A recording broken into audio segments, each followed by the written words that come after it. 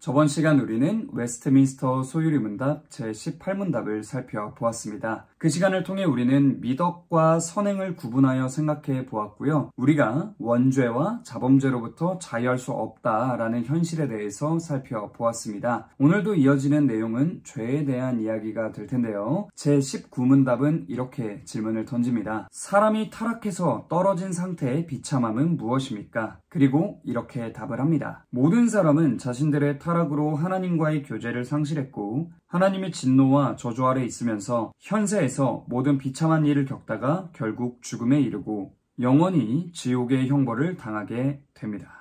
지난 시간 함께 살펴본 제18문답은 죄악됨에 집중했다면 오늘의 19문답은 비참함에 집중합니다. 앞에서부터 차근차근 살펴볼까요? 모든 사람은 자신들의 타락으로 하나님과의 교제를 상실했고 최초의 타락 이후로 모든 사람이 겪게 된 가장 큰 비참함이 무엇인지 여러분 알고 계신가요? 그것은 바로 하나님과의 교제가 단절된 겁니다. 제1문답은 사람의 으뜸가는 목적은 하나님을 영화롭게 하고 하나님을 영원토록 즐거워하는 것입니다. 라고 하였는데요. 하나님과의 교제가 단절되어 있으면 우리에게 바른 존재 목적이 주어져 있다라는 그 사실 자체도 인지를 못하거든요. 그러니까 당연히 우리는 하나님과의 관계가 단절되어 있을 때 으뜸가는 존재 목적을 이룰 방도가 없는 겁니다. 정리하자면 사람은 으뜸가는 존재 목적대로 살아갈 때, 즉 하나님 안에서 하나님을 누릴 때에만 참된 평안과 참된 안식을 누릴 수 있는 존재로 창조가 되었는데요. 그것들을 누릴 수 없는 비참한 상태에 우리가 던져져 있다라는 겁니다. 그러므로 우리는 하나님과의 교제가 상실된 상태, 하나님과의 교제가 완전히 단절된 이 상태가 얼마나 비참한 상태인지 깨달아야 합니다.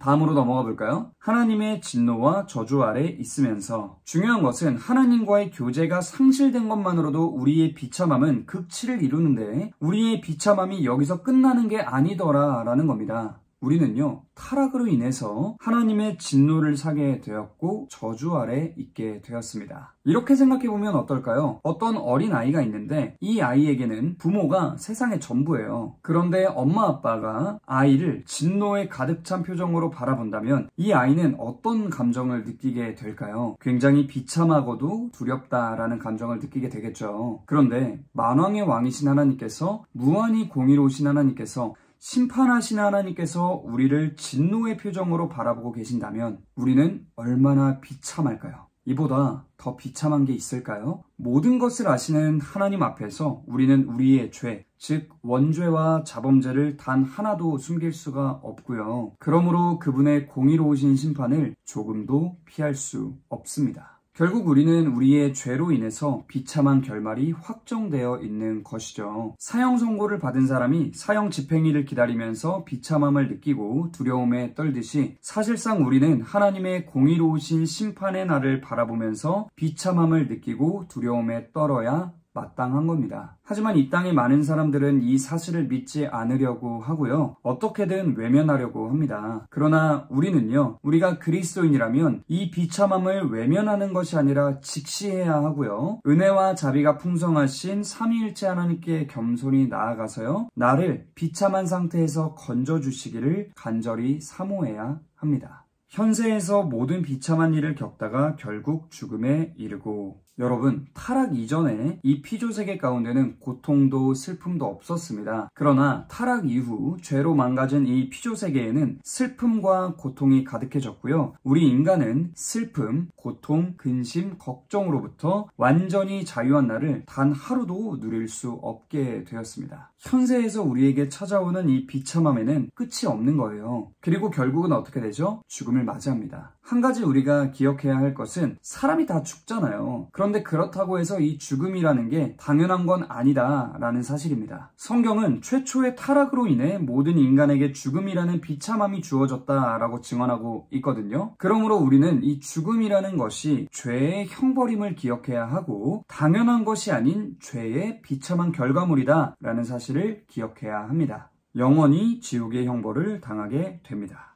또 하나 우리에게 주어진 비참함은 육신적인 죽음이 진정한 끝이 아니다라는 겁니다. 앞에서 우리는 우리의 죄를 단 하나도 하나님 앞에서 숨길 수가 없고 그 죄에 따른 그분의 공의로우신 심판을 모두 다 받게 된다라는 이야기를 했는데요. 죄에 대한 하나님의 공의로우신 심판은 뭐냐? 바로 지옥의 형벌입니다. 그것도 영원한 지옥의 형벌이에요. 그래서 많은 사람들이 이 지옥이라는 것이 존재하지 않는 것처럼 생각하려고 많이 노력을 하고요. 애써 외면하려고 합니다. 그런데 성경은 너무나도 분명하게 지옥에 대해 이야기하고 있기 때문에 우리는 지옥이 분명히 존재한다라는 것을 조금이라도 의심하면 안 되고 부정해서도 안 됩니다. 여기까지 우리가 제19문답의 내용을 살펴보았는데요. 우리는 죄로 인해 우리가 얼마나 비참한 상태에 떨어져 있는지 그 현실을 직시해야 하고 정말 엄청난 비상상태다라는 것을 깨달아야 하는 줄 믿습니다. 여기서 질문해보고 싶은 것은요. 여러분은 죄에 대해서 그리고 죄의 비참함에 대해서 또한 타락한 우리가 마주하게 될 비참함들에 대해서 얼마나 진지하게 생각해 오셨는지 정말 궁금합니다.